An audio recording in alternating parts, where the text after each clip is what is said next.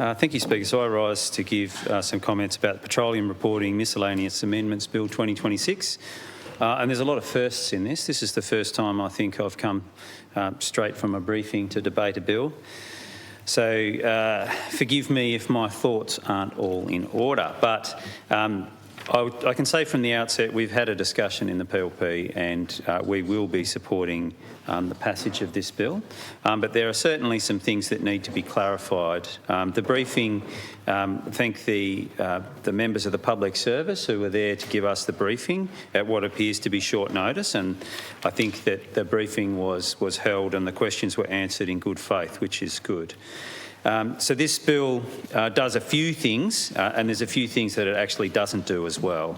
So first of all, just getting in order here, there are currently codes of practice made in regulations under the Act in relation to fuel prices, but this bill provides that if a code of practice imposes a mandatory obligation, that the person must comply with that obligation. So this is a mandatory code. It's not it becomes a very mandatory code of practice. There are also penalties for not complying, and those penalties are quite large. So a maximum fine of 1,000 penalty units for not complying for a body corporate, and a maximum fine of 200 penalty units for an individual. So the current rate of a penalty unit is about $205. So that could be quite a lot of money. And this is the same penalty as under Section 29 of the Act, so that consistency is also good.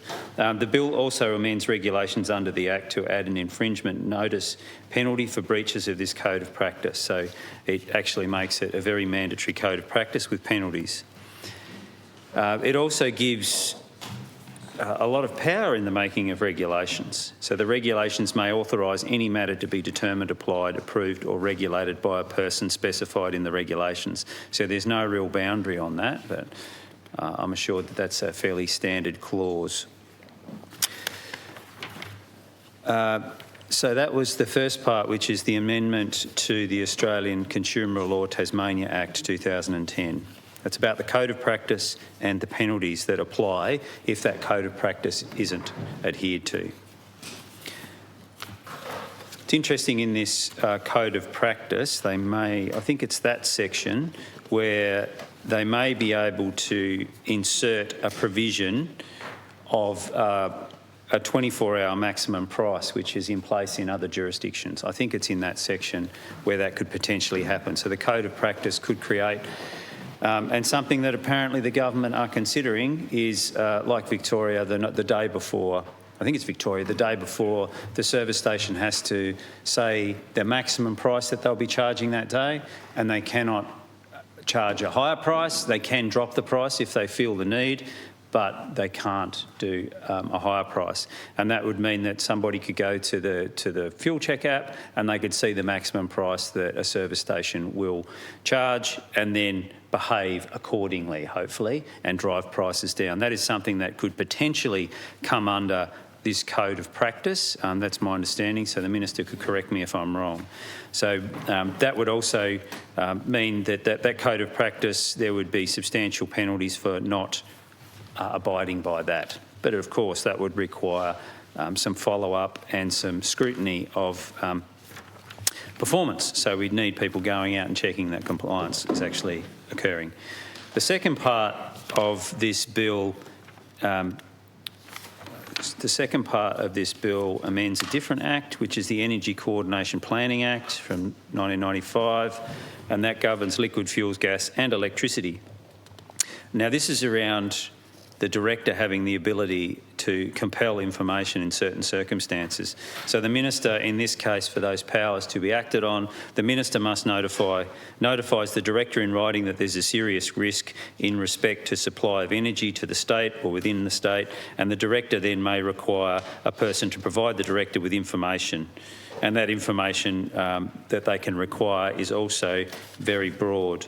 They may require a person to provide information in respect to things like production, storage, supply, distribution, transportation, sale, purchase, use or consumption of energy on which the requirement relates.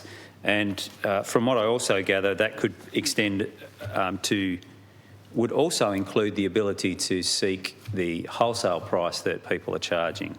which would be important information. Surprised to know that at the moment there is no compulsion to supply this information.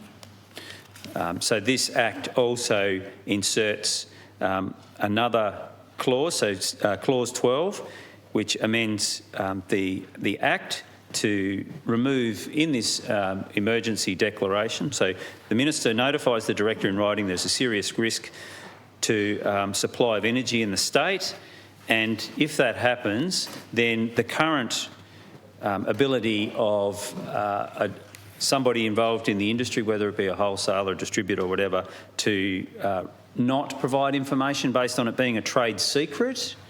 So there's a clause in the Act to be amended that somebody could argue that it's a trade secret and therefore not comply with the direction to provide information. But if this request by the Minister highlighting that there could be an issue in fuel supply, that defence is removed, which means that they can't object to the request based on it being a trade secret. So if we're going to go down this road, that's actually something good to have, because I'm sure the definition of a trade secret would be something that we wouldn't want argued out in the courts for days and days or weeks or months. We'd want the information provided in a timely manner. And that section also increases the penalties for not providing that information. So a person must not fail to comply with the requirement of the Director under this section, and the penalties again are large. There are 1,000 penalty units for a body corporate or 100 penalty units for an individual.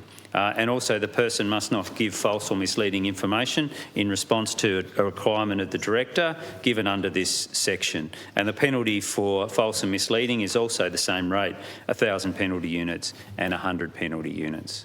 So that is quite high and reasonable in the circumstances, although I think there was an issue raised in the briefing around if somebody is supplying a large amount of fuel, then for a body corporate, $200,000 might not be enough, but I'm sure we can have a debate around that. And the third section actually doesn't do a hell of a lot, really. It extends, this is to do with an emergency declaration under the Petroleum Products Emergency Act. So there can be a declaration of an emergency, and the changes in this are extending that declaration time period from 14 to 28 days. Across the board. So there were different days, and there's also an extension to 60 days for, I'd have to go back and look at the exact subsection, but that basically increases the declaration period. And we know through our experience during the COVID pandemic that coming back to Parliament to extend periods of declarations can be onerous and overly administrative, so increasing that period to 28 days I don't view as being unreasonable. The other thing that it does, this particular part of the bill, is it gives a direction, it's a removal of doubt, avoidance of doubt clause. So section 16, it inserts a 1A. For the avoidance of doubt, a direction under section 1 may include a direction that specifies the maximum price that petroleum products or a type of petroleum product may be sold as specified in the direction for a period specified in the direction. So that is actually a very powerful existing provision under the Petroleum Products Emergency Act. So this is a removal of doubt. So I think the department probably argued that they already had the power, but the drafters were arguing that maybe you should avoid doubt. That is actually a very powerful mechanism for the government to have. Although I'm not sure, and maybe if the Minister can answer the question, what happens if that actually setting that maximum price creates a loss for the person that's applied to? Is there compensation provisions? The other side of that also is if a maximum price is installed, is there a provision to keep a business open? So, for example, if things really go pear-shaped, and in the best interests of the state is to enforce a maximum price under this particular section, We've removed the avoidance of doubt, so the government, in passing this, will have the power. It's quite specific that it will have the power to set a maximum price, but does it have a provision to keep a business open? So there might be absolutely no point to having this if it's going to create a loss and the business just decides to shut as a coping mechanism. So that would be, I'm just seeking clarification if there's actually a provision to keep a business open, just bearing in mind that this would be an extreme set of circumstances to be inserting a maximum price using this particular part of the Petroleum Products Emergency Act 1994.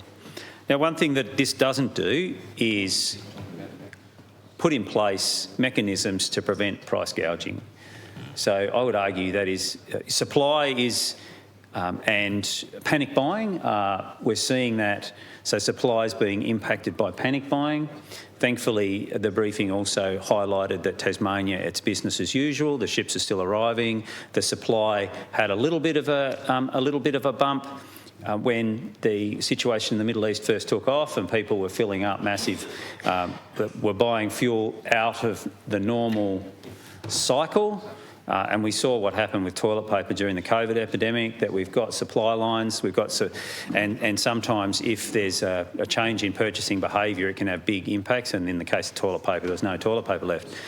We haven't seen that so much in fuel. We have seen some panic buying, and that panic buying has resulted in price increases, which ironically has probably driven people to probably buy more. Although we're not seeing, I know that there has been some unofficial steps taken by service stations, that their service stations of their own volition have decided to enforce things like they won't fill jerry cans, or they won't fill, the 1,000-litre containers on the back of utes and things like that, to try and prevent running low, like we've seen in other states. When you've got a rural jurisdiction with a small service station and somebody comes and fills up, a great big tank to make sure that they're not going to run out, and what they're doing is they're running everyone else out and at the same time driving price up, which could reinforce this panic buying behaviour. So panic buying is something we absolutely want to avoid. Being able to provide the information to the public, and I think the government probably could do better at this, is actually highlighting exactly and publishing exactly that supply is not a problem in Tasmania. There's no need to panic buy. We've got so many days of supply, the ships are coming, that there's no need. You will not run out. And so we don't want stories like, I've seen some reporting where people are saying the supply is the big issue rather than price, because if it's not available, then price doesn't matter.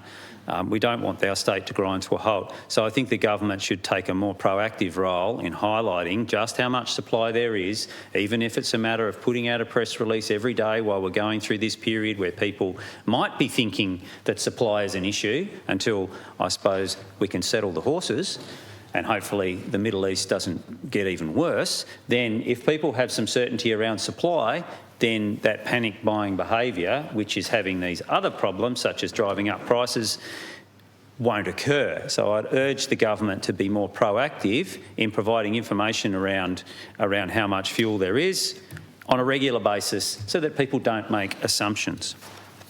Well, one thing this bill doesn't do is deal with price gouging at all. Now, this is dealt with under Australian consumer law, not under Tasmanian law. We don't have the ability to regulate price gouging. That's up to the Australian Consumer Commission, ACCC. So it appears that it's completely legal to price gouge, just as long as customers are informed of the price and you can't prove collusion. So we can see an example where the flexible pricing in things like airlines, the surge pricing in hotels, where Foo Fighters comes to Launceston, the flights become massively expensive all of a sudden, and accommodation becomes really expensive, doubles or triples in price. That's perfectly legal, as long as there's no collusion and as long as there's no, as long as customers are informed of the price. So I'm not sure exactly how customers wouldn't be informed of the price unless on the big sign at the service station it said it was $3 and you got to the Bowser and it was $3.10, then maybe that is an offence. But short of that, it seems like the retailers, if they want to gouge, they can gouge away, and this bill doesn't do anything about that because we don't actually have the power. Although, as I highlighted earlier, there is the potential to put in place something like that 24-hour pricing model. I think this is an area that we need to deal with as a country, and one way we could do that is by better informing customers on the Fuel Check app, not only producing what the fuel is, what the price is at each various service station, but something like having an average wholesale price so that customers can see just how much the margin is, if that's indeed possible. So, and I think if the ACCC could produce a model where if there is a massive increase in the difference between the wholesale price and the retail price, they might be able to make a judgment whether that was reasonable or not. What we see in the fuel industry is a business model where the prices go up by the elevator and down by the stairs. So as soon as there's even a hint of something happening, then the prices are driven up immediately, and then it takes weeks or sometimes even months to come back down, despite the supply not changing, despite the wholesale price not changing. And I think as a country we need to get to grips with that. This is a circumstance where fuel prices have doubled. It's putting massive pressure on people's budgets. It is taking 50, 60 more dollars out of people's pockets for the same tank of fuel, and that's only getting worse. Hopefully it settles down and goes back the other way, but this is taking money completely out of people's pockets. So I think we really need to have the ability for some visibility on these profit margins so that we can hold the retailers to account. They're going to be making some huge profits this year, no doubt, but those profits are getting hoovered out of everyday people's pockets, and it's morally unacceptable. Maybe it's technically not illegal, but price gouging is an issue that we really need to get a grip on. So that's a bit of a rough tour of this bill as I see it, having just had the briefing, having just had the discussion amongst the PLP. This was tabled this morning, we're debating it now. I would also like to know from the Minister if he's actually going to pass this on to the Legislative Council tonight, because if he's not, then what are we doing, really? So if I could get answers to those questions. I know that the Minister's also flagging an amendment, the amendment being that if there's a fuel outage, then that'll get flagged on the Fuel Check app.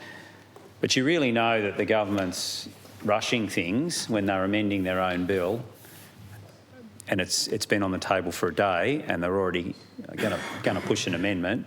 That's typically not a good sign. We do have a fuel supply.